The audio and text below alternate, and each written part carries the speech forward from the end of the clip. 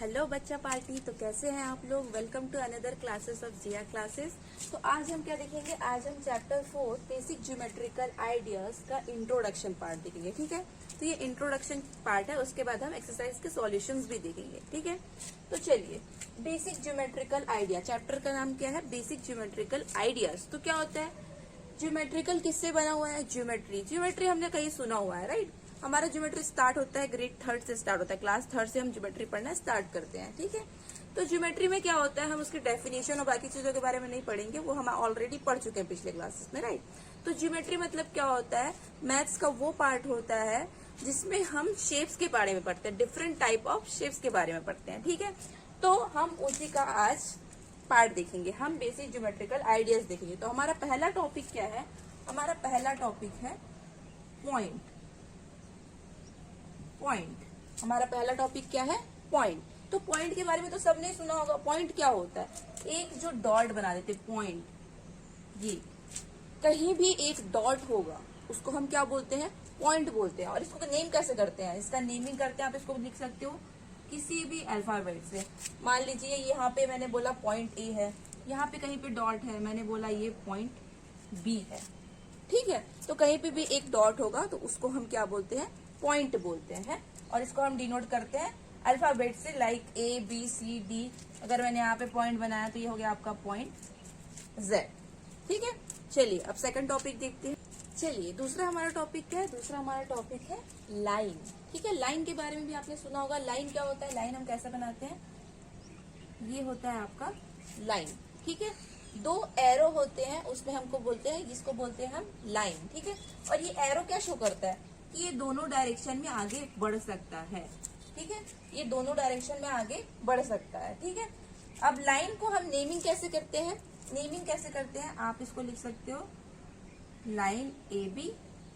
ठीक है, आप इसको बोल सकते हो लाइन ए बी, या फिर एक सिंगल अल्फाबेट से भी रिप्रेजेंट कर सकते हो, स्मॉल अल्फाबेट से, कि ये लाइन है एल, लाइन एम। ठीक है, या आप रिप्रेजेंट कर सकते हो ए बी के फॉर्म में।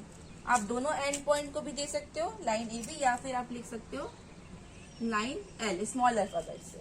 ठीक है, और इसको इन शॉर्ट में कैसे रिप्रेजेंट करते हैं, मैं आपको इन शॉर्ट में कैसे लिखते हैं, हम इसको लिखते हैं जो भी अल्फाबेट्स है वो लिख देंगे और ऊपर हम लाइन का सिंबल बना देंगे। तो ये क्या रिप्रेजेंट करता है, ये रिप्रेजेंट करता है लाइन ए बी। ठीक है, अब देखिए, अब जरूरी नहीं है कि ऐसे हल ही बना होगा तो लाइन होगा।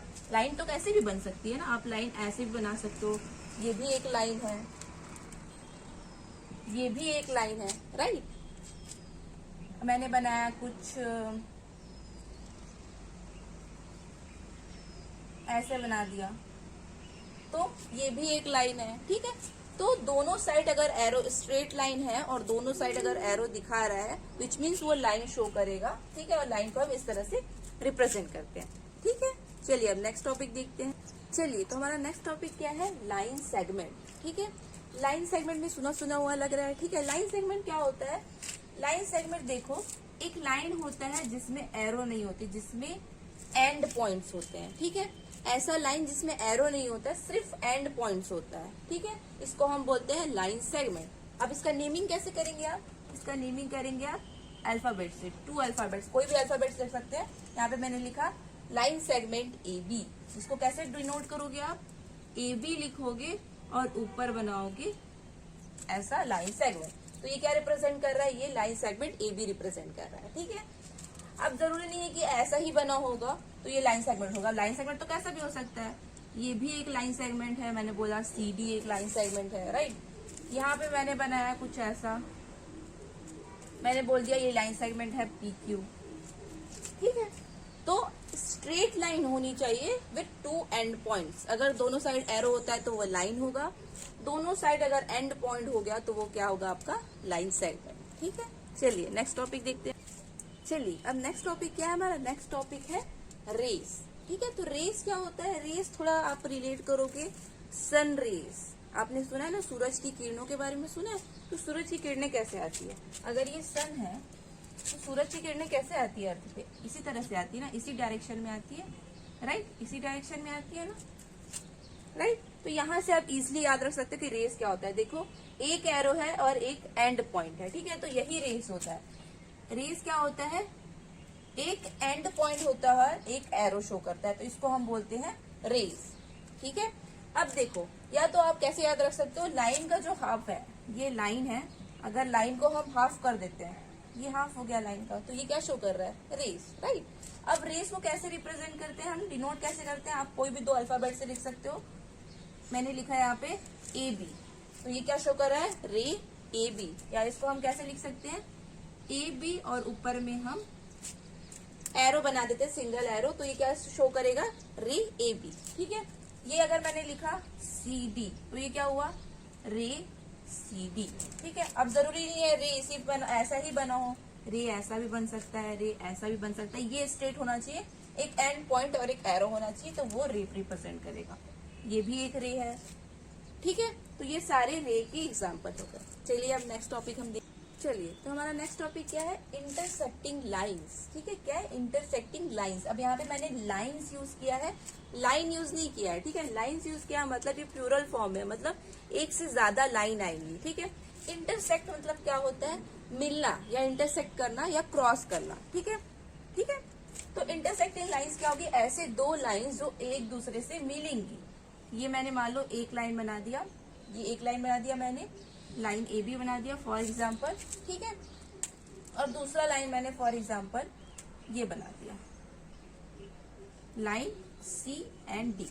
ये लाइन सी डी है और ये लाइन ए बी है, तो ये दोनों लाइन कहीं मिल रही है, इस पॉइंट पे मिल रही है। ठीक है, कहीं मिल रही है ना, कौन सी पॉइंट पे मिल रही है, इस पॉइंट पे मिल रही है।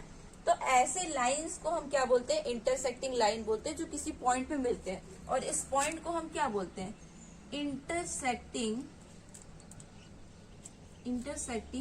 पॉइंट बोलते हैं। इसको हम क्या बोलते हैं, जिस पॉइंट पे ये मिलते हैं उसको हम बोलते हैं इंटरसेक्टिंग पॉइंट बोलते हैं। ठीक है, अब जरूरी नहीं है कि क्रॉस ही बनाए तो इंटरसेक्टिंग लाइन होगा, राइट, जरूरी तो नहीं है ऐसा। देखो, अगर मान लो कोई लाइन ऐसी बनी है, ये एक लाइन है, ये एक लाइन है, ये भी इंटरसेक्टिंग लाइन है। देखो दोनों लाइन यहाँ इस पॉइंट पे मिल रहे हैं, दो लाइन अगर किसी पॉइंट पे मिल रहे हैं तो वो इंटरसेक्टिंग लाइन आपको शो करेंगे। ठीक है, अब देखो, अगर आपके पास कोई ऐसा लाइन है, फॉर एग्जांपल मैं यहाँ पे बनाती हूँ। ठीक है, ये एक लाइन है ऐसा और दूसरा लाइन है ऐसा। ठीक है, ये दो लाइन है, ध्यान से देखो, ये आपका ए बी हो गया और ये आपका हो गया सी डी। अब देखो, लाइन का कॉन्सेप्ट रिवाइज करो, लाइन का जो कॉन्सेप्ट है रिवाइज करो। लाइन जो है ये एरो शो करता है, मतलब ये इस डायरेक्शन में बढ़ सकता है, ये दोनों डायरेक्शन में बढ़ सकता है, राइट। तो अभी तो ये इंटरसेक्टिंग लाइन नहीं दिख रहा है, हमारे पास दो लाइंस है और मैं पूछ रही हूँ इंटरसेक्टिंग लाइन है या नहीं है। तो क्या आप बोलोगे, देखते साथ बोलोगे क्या आपकी इंटरसेक्टिंग लाइन नहीं है, नहीं। आप जब भी आपके पास दो लाइंस होगा तो आप उसको क्या करोगे, एक्सटेंड करोगे दोनों डायरेक्शन में। तो देखो, इस लाइन को एक्सटेंड करोगे तो ये क्या होगा, इस साइड बढ़ेगा, ये इस साइड बढ़ेगा। ठीक है, अब देखो, ये किस साइड बढ़ेगा, ये इस साइड बढ़ेगा और ये आपका इस साइड बढ़ेगा। ठीक है, तो देखो, एक पॉइंट पे आके जब आप उसको बढ़ाओगे तो ये किसी पॉइंट पे इंटरसेक्ट करेगा, देखो यहाँ पे इंटरसेक्ट करेगा, तो इसलिए ये इंटरसेक्टिंग लाइन है।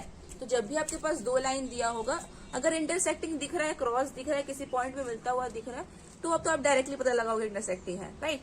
लेकिन अगर क्रॉस नहीं है तो आप उसको एक्सटेंड करके देखोगे और आप पता लगाओगे कि वो इंटरसेक्टिंग है या नहीं।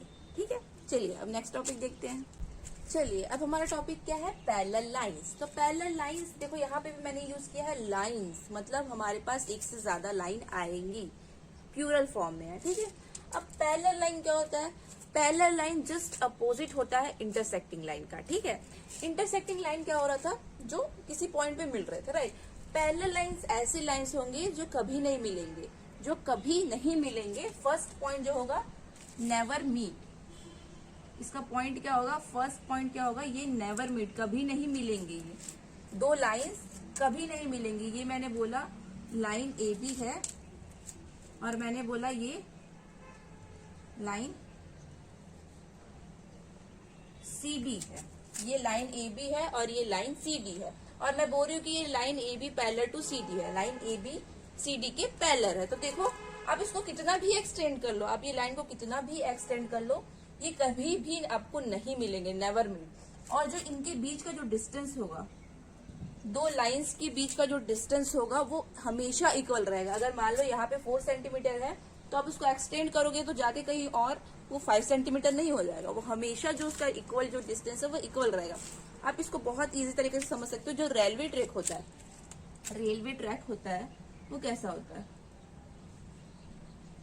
ऐसा कुछ होता है, ये आपका पटरियां बनी होती है ऐसा, या आप सीढ़ी ले लो, लैडर ले लो, तो क्या होता है, लैडर के हमारा ऐसा होता है, ऐसा देखा है आपने कहीं लैडर, ऐसा देखा है आपने कहीं रेलवे पटरी?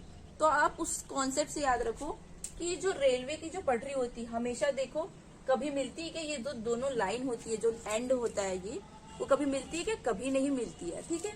और दूसरा, जो दोनों के बीच का डिस्टेंस होता है वो हमेशा इक्वल होता है, राइट। ऐसा तो नहीं होता ट्रैक के ऐसे हो जाए, राइट, ऐसे में तो ट्रेन हमारी पटरी से नीचे चली जाएगी, राइट। तो देखो क्या होता है, पैरेलल लाइंस जो कभी इंटरसेक्ट नहीं करते, नहीं मिलते कभी, और उन दोनों के बीच का डिस्टेंस हमेशा इक्वल होता है, ठीक है।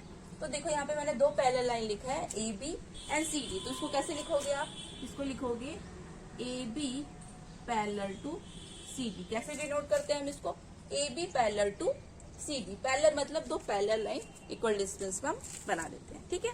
चलिए नेक्स्ट टॉपिक देखते हैं हम। चलिए हमारा नेक्स्ट टॉपिक क्या है, कर्व्स। कर्व्स मतलब क्या होता है, कर्व्स मतलब होता है डूडलिंग। हम जब डूडलिंग करते हैं ना, कुछ भी एक रैंडम शेप बना देते हैं। फॉर एग्जाम्पल ये या ये, कुछ भी मैंने रैंडम शेप बना दिया, ठीक है। तो इसको हम क्या बोलते हैं, ये जो रैंडम शेप है या हम डूडलिंग करते हैं, इसको हम बोलते हैं कर्व्स। अब देखो यहाँ पे बहुत सारे कर्व्स है, मैंने बनाया, मान लो ये भी एक ऐसा बनाया, ठीक है, कुछ भी मैंने बनाया, ठीक है। तो ये हो गया आपका कर्व्स, ठीक है। अब देखो यहाँ पे मैंने एक बनाया है कर्व जो इस तरह का है, ठीक है। एक मैंने बनाया है जो क्रॉस हो गया है, एक मैंने बनाया है जो स्टार्ट तो किया है मैंने डूडलिंग करना, लेकिन मैंने एंड नहीं किया है। उसको एंड नहीं किया मतलब देखो ये यहाँ कहीं खत्म कर दिया मैंने, यहाँ से स्टार्ट किया और वहां पे खत्म कर दिया। वो मेरा 4th फिगर है जो फर्स्ट फिगर के सिमिलर दिख रहा है, ठीक है। तो अगर सिंपल मैंने बनाया तो ये आपका होगा सिंपल कर्व। ये कौन सा कर्व होगा, सिंपल कर्व, जो जिसकी लाइन एक दूसरे को क्रॉस नहीं करेंगी। जैसे कि इसमें देखो क्रॉस कर गई है ना, तो अगर जिनमें लाइन क्रॉस नहीं की होगी वो कैसा कर्व होगा, सिंपल कर्व होगा। अब देखो दूसरा कर्व क्या होता है, ओपन कर्व। ओपन कर्व देखो यहाँ से मैंने स्टार्ट किया लेकिन मैंने इसको क्लोज नहीं किया, तो ये क्या हो गया आपका, इस टाइप का कर्व हो गया, ओपन कर्व हो गया, ठीक है। अब देखो ये वाला कर्व क्या हो गया, क्लोज है। ये क्या है, देखो क्लोज है, मैंने जहां से स्टार्ट किया एंड भी किया, मैंने ज्वाइन किया, तो क्या हो गया, क्लोज कर्व, ठीक है। तो कर्व्स मतलब क्या होता है, डूडलिंग करना होता है। हम कोई भी एक रैंडम शेप बनाते हैं उसको हम कर्व बोलते हैं। अगर सिंपल कर्व बनाया जो एक दूसरे में क्रॉस नहीं हो रहे लाइंस, तो वो होगा आपका सिंपल कर्व। अगर मैंने कर्व स्टार्ट किया और मैंने एंड नहीं किया है, ज्वाइन नहीं किया है स्टार्टिंग पॉइंट और एंडिंग पॉइंट, तो वो हो गया आपका ओपन कर्व। अगर मैंने स्टार्टिंग पॉइंट और एंडिंग पॉइंट ज्वाइन किया तो वो होगा आपका क्लोज कर्व। तो सिंपल कर्व, क्लोज कर्व होते हैं। देखो सिंपल कर्व भी क्लोज कर्व के इक्वल है, राइट। चलिए अब नेक्स्ट टॉपिक देखते हैं। चलिए तो नेक्स्ट टॉपिक क्या है हमारा, पॉलीगॉन्स। पॉलीगॉन्स मतलब क्या होता है, ऐसे शेप जो लाइन सेगमेंट से मिलके बने होते हैं। क्या होते हैं पॉलीगॉन्स, ऐसे शेप जो लाइन सेगमेंट से मिलके बने होते हैं। फॉर एग्जाम्पल मैंने बनाया कोई शेप, ये एक पॉलीगॉन है क्योंकि ये लाइन सेगमेंट से मिलके बना हुआ है। मैंने कुछ शेप बनाया,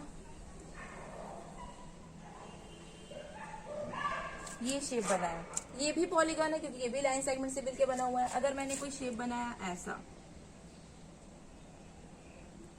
तो क्या ये लाइन सेगमेंट होगा, नो, ये लाइन सेगमेंट नहीं होगा क्योंकि ये तीनों पार्ट तो आपका लाइन सेगमेंट से मिलके बना हुआ है। लेकिन आप चौथे पे आओगे तो आपको ये कर्व दिख रहा है आपको, ठीक है। तो ऐसे टाइप के फिगर्स आपके पॉलीगॉन्स नहीं होंगे। ऐसे फिगर्स जो लाइन सेगमेंट से मिलके बने हुए होते हैं, ऐसे शेप्स को हम बोलते हैं पॉलीगॉन्स, ठीक है।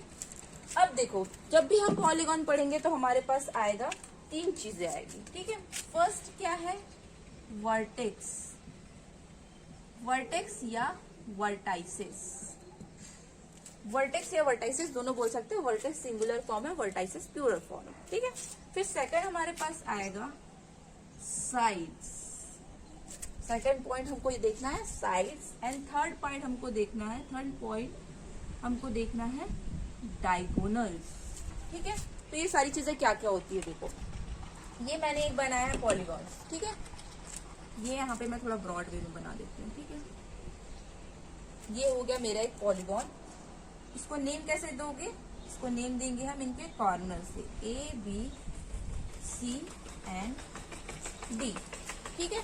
ये हो गया आपका polygon A B C D. अब इसमें हम देखेंगे वर्टेक्स या वर्टाइसिस क्या होता है। वर्टेक्स या वर्टाइसिस क्या होता है? Corner point. ये जितने भी कॉर्नर पॉइंट है इसको हम बोलते हैं वर्टाइसिस या वर्टेक्स। तो यहाँ पे कितने वर्टेक्स हैं? यहाँ पे आपके 4 वर्टेक्स हैं, A B C and D. कितने वर्टेक्स हैं आपके? 4 वर्टेक्स हैं, ठीक है। अब सेकंड क्या हुआ आपका? सेकंड पॉइंट है आपका साइड्स। साइड्स क्या होता है? दो वर्टेक्स के बीच का जो ये लाइन होगा, ठीक है। ये देखो, ये एक साइड बताया, ये एक साइड बता रहा है, ये एक साइड है और ये भी एक साइड है। जो इंडिविजुअल लाइन सेगमेंट होता है उसको हम साइड बोलते हैं, ठीक है। तो साइड्स हम कैसे लिखते हैं? साइड्स को हम लिख सकते हैं, देखो अगर मैं फॉर एग्जांपल इस साइड की बात करूं तो ये क्या होगा? ये होगा साइड ए डी। ये कौन सा साइड हो गया? Side A D. इस साइड की बात करूंगी तो क्या होगा? Side C D. इस साइड की बात करूं तो मैं साइड बी सी, ठीक है। आप इसको साइड सी भी लिख सकते हो, ठीक है। साइड सी भी लिख सकते हो, लेकिन अल्फाबेटिकल ऑर्डर में जो पहले आता है उसको हम पहले लिखते हैं, ठीक है। तो ये होगा आपका साइड बी सी। अगर आप साइड सी भी लिखोगे तो भी आपका गलत नहीं होगा, ठीक है। इस साइड को क्या बोलेंगे? साइड ए बी, या आप बी ए भी लिख सकते हो, लेकिन अल्फाबेटिकल ऑर्डर आप फॉलो करो, ठीक है। तो ये हो गए आपके साइड्स। अब थर्ड पॉइंट क्या है हमारा? डायगोनल्स। हमारा थर्ड पॉइंट क्या है? डायगोनल्स। तो जब भी अपोजिट वर्टेक्स, कैसे वर्टेक्स? अपोजिट मतलब आमने सामने वाले वर्टेक्स एक दूसरे को ज्वाइन करेंगे, ये अपोजिट हो गए, ये एक दूसरे को ज्वाइन किए, तो ये जो बनेगा, ये जो सेगमेंट बनेगा इसको हम बोलते हैं डायगोनल्स। ये आपका क्या हुआ? डायगोनल्स। अगर ये वाले पॉइंट अपोजिट वर्टेक्स को इससे ज्वाइन करोगे तो भी आपका बनेगा एक डायगोनल्स। तो जब भी आप अपोजिट वर्टेक्स को ज्वाइन करोगे तो आपका बनेगा डायगोनल्स, ठीक है। तो इस तरह से आपका ये पॉलीगॉन्स कंप्लीट होता है, ठीक है।